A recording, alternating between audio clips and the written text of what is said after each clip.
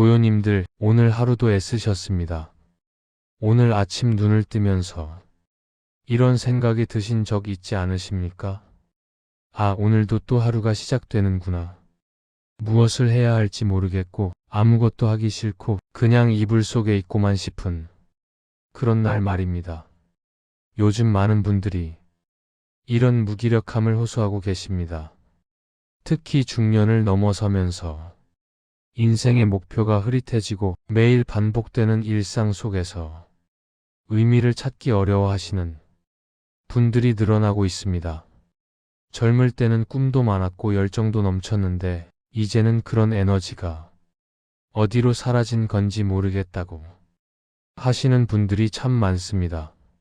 직장에서는 더 이상 배울 것도 없고 승진에 대한 욕심도 예전만 못하고 집에 돌아와서는 텔레비전만 보다가 잠들기 일쑤입니다.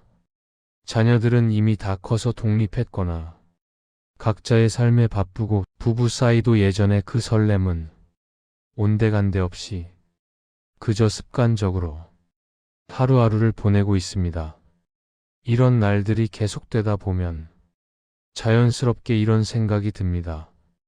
나는 지금 무엇을 위해 살고 있는 걸까? 이렇게 아무 의미 없이 시간만 흘려보내는 것이 과연 삶이라고 할 수 있을까? 나머지 인생도 이렇게 무료하게 보내야 하는 걸까? 하지만 고요님들, 오늘은 이런 무기력한 마음에 빠져있는 모든 분들께 부처님의 깊은 지혜를 통해 새로운 시각과 작은 희망을 전해드리고자 합니다.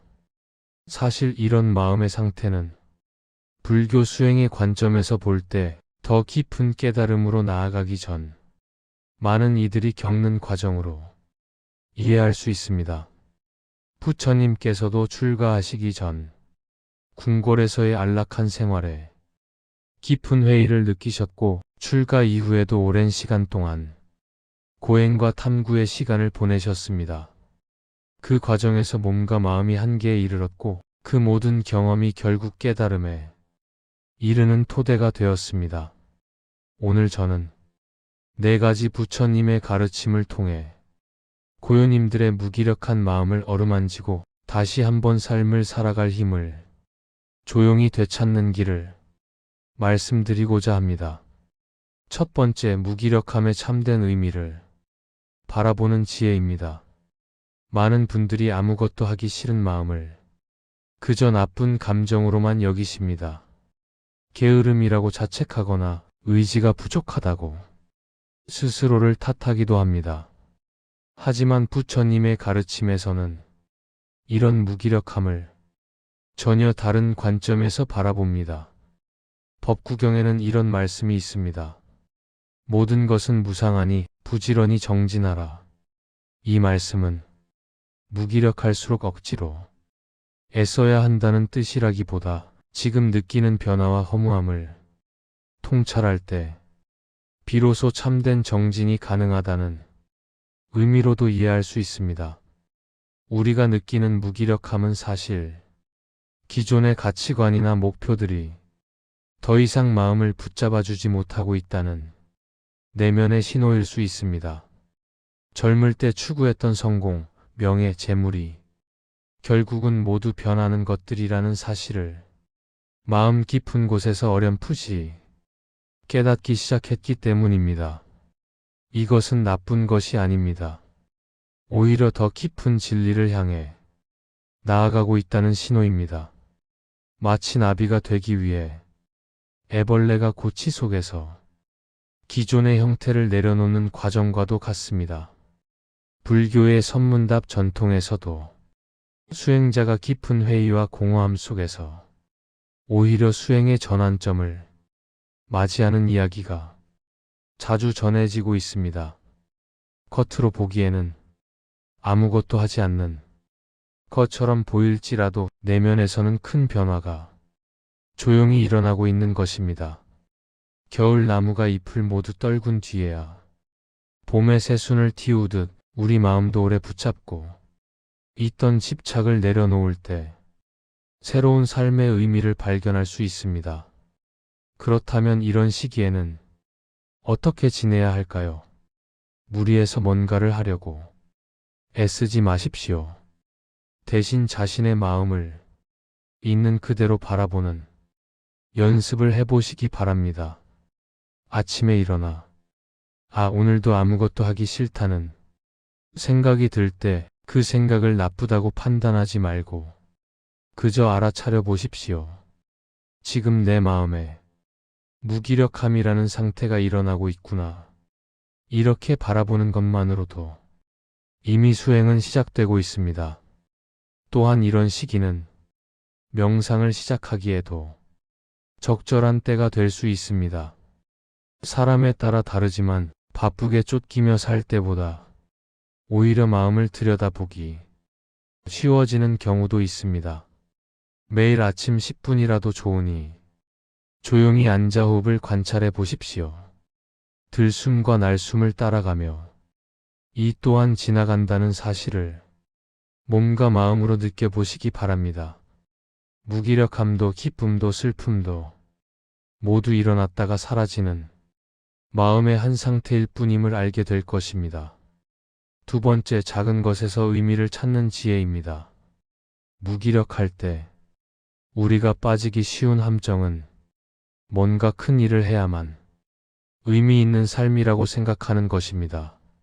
하지만 부처님의 가르침은 정반대의 방향을 가리킵니다. 가장 평범한 일상 속에서 진정한 의미를 발견하라고 말씀하십니다. 비구계에는 이런 가르침이 전해집니다. 그릇을 씻을 때는 그릇 씻기에만 집중하고 빗자루질을 할 때는 빗자루질에만 몰입하라. 이는 단순한 생활 지침이 아니라 일상의 모든 행위가 수행이 될 수 있다는 깊은 의미를 담고 있습니다. 전해 내려오는 원효 대사의 일화 중에도 이와 같은 가르침이 담긴 이야기가 있습니다. 매일 반복되는 삶의 의미를 묻는 이에게 원효 대사는 삶의 가치는 일이 아니라 그 일을 대하는 마음에 있다고 전하셨습니다. 같은 일을 하더라도 어떤 마음으로 하느냐에 따라 완전히 다른 경험이 됩니다. 아침에 양치질을 할 때, 밥을 먹을 때, 길을 걸을 때 그 순간에 온전히 머물러 보십시오. 평범한 일상 속에서도 깊은 만족과 감사가 조용히 피어날 수 있습니다. 세 번째, 나눔과 자비를 통해 삶의 활력을 되찾는 길입니다. 무기력할 때 우리는 자연스럽게 자기 자신에게만 마음이 머물게 됩니다. 그러나 이렇게 자신에게만 갇힐수록 무기력함은 더 깊어지기 쉽습니다. 부처님께서는 자타불이 자신과 남이 둘이 아니라는 가르침을 통해 타인을 향한 자비가 곧 자신을 치유하는 길임을 일러주셨습니다. 경전에서는 중생의 고통을 함께 느끼는 마음이 보살의 길이라고 전합니다. 또한 여러 연구와 경험을 통해서도 타인을 돕는 행위가 마음의 온기를 되살리는데 도움이 된다고 알려져 있습니다. 거창한 봉사가 아니어도 괜찮습니다. 일상의 작은 친절, 따뜻한 말 한마디, 조용한 배려 하나가 자신의 마음을 먼저 밝힙니다. 네 번째, 무상함을 받아들이며 새로운 시작을 준비하는 지혜입니다. 많은 분들이 무기력함을 느끼는 이유는 변화를 받아들이기 어려워서입니다. 과거의 자신에 머물러 있거나 다가올 변화를 두려워하기 때문입니다.